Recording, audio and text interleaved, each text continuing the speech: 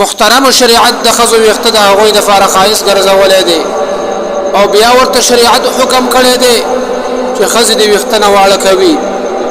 بلکې یو حدیث شریف کې راځي نهى رسول الله صلى الله عليه وسلم ان تحلق المرأة رأسها. نبی کریم صلی الله علیه وسلم خزه د سر د خلاورونه منع کړی ده.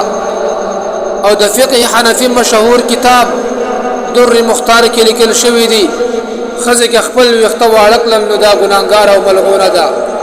اگر که د خاون په اجازه داسې وکړي ولې چې د خالق په نافرمانی کې د هیڅ چا اطاعت روانه دی. د خزه د ویختو کټ کول د ممانعت بنیاد دا دی چې خزه ځان د سړو سره مشابه جوړوي او پیغمبر صلی الله علیه وسلم د سړو سره مشابهت کوونکو خزه باندې لعنت فرمایلی دی. د دې حدیث نه دا خبره واضحه شوه نن سبا چې په خزه کې د ویختو کټ کولو کوم رواج جوړ شوی دی دا د شریعت اسلامي قطعا خلاف دی. لکه څنګه چې سړی له ګیرې کټ کول حرام دي داسې د ښځو دپاره د سر ویښتان هم کټ کول څه شی دی حرام دي.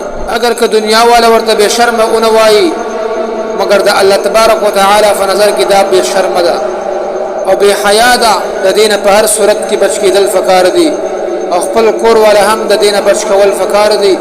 الله جل شانه دې زموږ او ستاسو په ښځو باندې د حیا او د عزت صادق واچوي.